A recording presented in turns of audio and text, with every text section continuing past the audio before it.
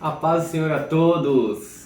A paz do Senhor Jesus. Pessoal, hoje leremos Lucas 2, 3 e 4, tá? Do Evangelho já no Novo Testamento de novo. Então, leiam em casa, acompanhem com a gente o texto direitinho, leia todo o texto para depois entender exatamente o que nós estamos dizendo aqui, sobre o nosso resumo, né? Não se esqueça de curtir e compartilhar o vídeo, e se você não for inscrito e acabou chegando aqui, se inscreva no canal para que mais pessoas sempre venham ser alcançadas pelo nosso devocional. Amém? Vamos orar?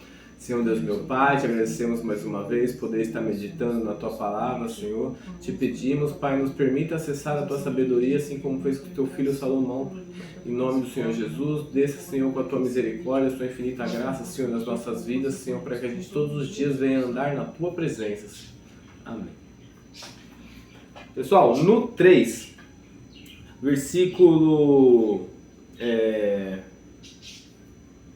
12, diz assim: também alguns publicanos chegaram para ser batizados e perguntaram a João: mestre, o que devemos fazer? Né? Então, normalmente os publicanos são os que cobram impostos, né? Aqui eles vão para Jesus e eles perguntam: então o que devemos fazer, né, para segui-lo? Para Jesus não, perdão, para João Batista, é isso, desculpa, sorry. Eles chegam para João Batista, e é que eu li mestre aqui, entendeu? Aí, tipo, mestre, o meu único mestre. João Batista já se foi. Mas aqui tá falando de João Batista. Desculpa. Aí ele fala: mestre, o que devemos fazer? Ele respondeu: não cobrem mais do que estipulado. Então, ser publicano é ou não é errado? Não é. Porque senão aqui João Batista não se referia dessa forma. Não é pecado o cara ser publicano, trabalhar como publicano. O pecado era eles cobrarem mais do que eles poderiam, porque como Roma, eles tinham as costas quentes por conta de Roma, né? Então às vezes eles cobravam mais do que deveria. Assim como o Zaqueu mesmo falou: se eu defraudei alguém, eu restituirei mais. Então, se eles cobrassem mais, eles estavam errados. E aqui João ele corrige, fala assim: só cobre o que foi estipulado. Também os soldados lhe perguntavam: e nós, o que devemos fazer? E ele lhes disse: não sejam prepotentes, não façam denúncias falsas, contem-se com o salário que vocês recebem. Né? Então eles estavam dizendo para os nossos colegas aí, autoridades: não sejam corruptos, né? Não deem falso testemunho contra as vítimas da sociedade, contra as vítimas da sociedade, porque isso é errado. Né? É errado o crente, o cristão ser policial? Não é errado, né? Senão João Batista teria dito aqui: não seja soldado, não seja soldado, vai virar pescador. Não, ele só está falando: não dê falso testemunho, não fale que a pessoa fez o que não fez, e não seja prepotente. Só porque eu sou polícia eu posso, só porque eu sou soldado eu posso. Né? Então hoje nós temos exatamente essa realidade, né? Que eram soldados, hoje são nossos policiais. Pode sim, a Bíblia permite que sejam policiais, mas não sejam prepotentes, não sejam arrogantes, sejam como a Bíblia ordena que seja. Né? Quer acrescentar aqui alguma coisa? E lá no 4, no 4 é nossa prioridade. Por quê? Porque o título diz: a tentação de Jesus. Achou?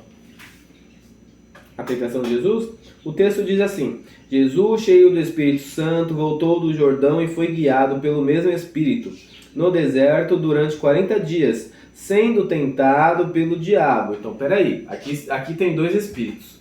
O espírito no qual ele foi batizado, que o guiou para o deserto. Então, nem toda a prova que passamos vem do diabo. Às vezes a prova vem de Deus, que é para testar a gente. Essa prova veio do próprio Espírito Santo. Então, cheio do Espírito Santo, voltou do Jordão e foi guiado pelo mesmo Espírito, o Santo, foi guiado para o deserto. No deserto, ele fica assim: durante 40 dias sendo tentado pelo diabo. Então o deserto viu que ele estava ali com algumas necessidades fisiológicas, fome, 40 dias de jejum, está com fome. Era uma necessidade fisiológica. O diabo vem dessa necessidade fisiológica nele, foi testar a paciência dele para ver se ele realmente estava em Deus ou não estava. E aí ele diz assim: se você é o filho de Deus, mande que esta pedra se transforme em pão. Né? Então, Jesus responde assim: está escrito, o ser humano não viverá só de pão. Né?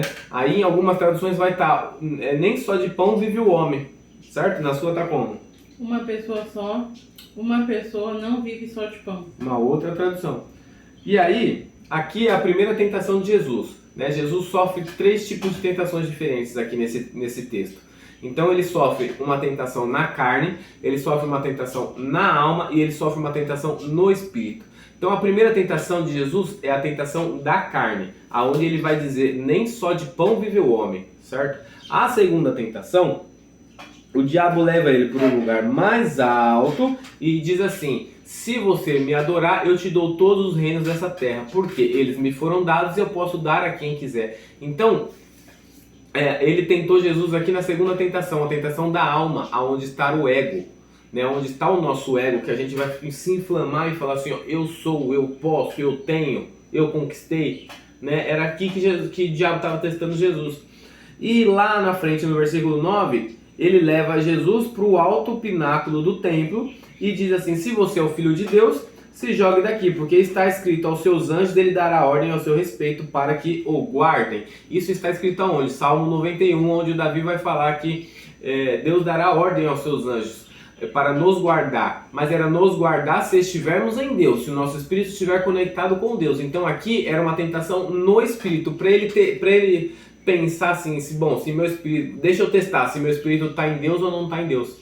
Né? Então essa aqui era a tentação de Jesus. Então foi uma tentação na carne, uma tentação na alma e uma tentação no espírito. Né? Uma tríplice tentação de Jesus no deserto. E Jesus vencendo essas tentações, diz assim, também está escrito, não põe à prova o Senhor seu Deus. Tendo concluído todas as tentações, o diabo afastou-se de Jesus até o momento oportuno, que foi lá na frente. Só aqui o momento oportuno vai ser lá em Lucas 22, a gente vai chegar lá. Mas aqui, ele depois de fazer as 3 tentações, o diabo sai dele. Então aí entra aquela palavra que nós costumamos dizer, resistir ao diabo e ele fugirá de vós. Né? Porque a Bíblia coloca o inimigo como inimigo de nossas almas. Né? Se eu não me engano, vai falar de diabo lá no Antigo Testamento, ainda como na tradução original vai estar como daimon, e o daimon na tradução original vai significar inimigo, né? O inimigo. E o inimigo da palavra, da Bíblia, né? Que só vai falar de diabo, Satanás, Lúcifer aqui no Novo Testamento, ele é o inimigo de nossas almas. É o inimigo de nossas almas. Mas ele tenta sim as 3 características. Então os cristãos mais novos, né? Os recém-formados, aqueles que Paulo vai dizer que tomam leitinho, ele tenta na carne, porque acabou de chegar, tem as tentações da carne, ainda não foi vencido todos os vícios, né? Os cristãos ali mais ou menos, que chegaram, não foi agora, mas também estão ali mais ou menos, ele tenta na alma, porque é no sentimento, ele vai ficar na orelha assim, ó, tá falando de você, ó, será que você pode? Será que se você tentar você vai? Quem é você? Você não é nada, você tem que ser alguém, né? Você pode tudo. Né? E depois disso vencido, quando você entender que isso não vale nada para você, você é dependente de Yahvé Jireh, é o Deus provedor, ele vai tentar você no espírito para ver se você está realmente conectado com Deus. Né? Essa semana a gente até viu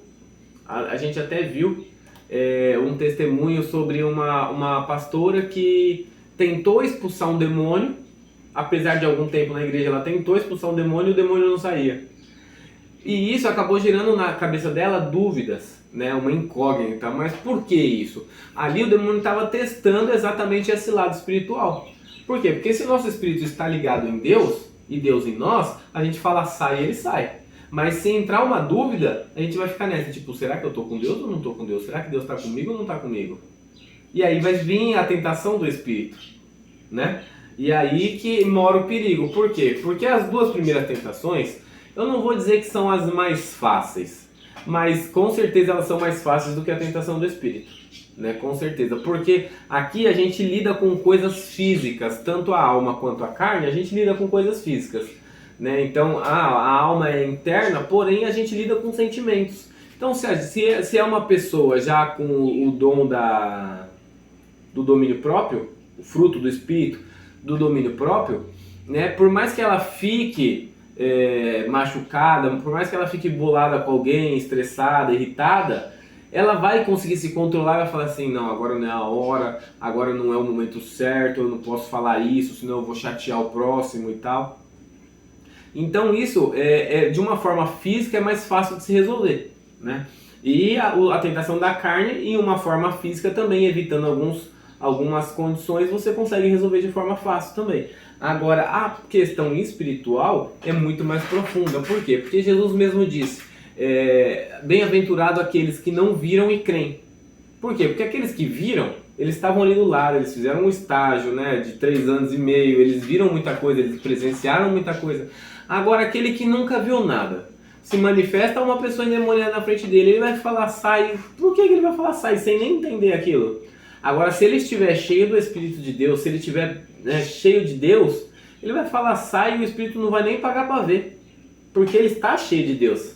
E normalmente o que acontece? Quando essas pessoas chegam perto dos espíritos imundos, eles já ficam meio assim, já fica meio arisco, né? Eu já vi gente não conseguir apertar a mão do crente, assim, de passar na frente assim e falar, tudo bem? E a pessoa tipo dou a mão, não dou a mão, dou a mão, não dou a mão, porque a pessoa era cheia da presença de Deus, né? Então essa é a parte mais difícil. Por isso que nós também temos que fazer como Davi fala, Senhor, vê se há em mim um caminho mau, porque conforme a gente limpa os caminhos maus, o Espírito fica mais tempo conectado, né?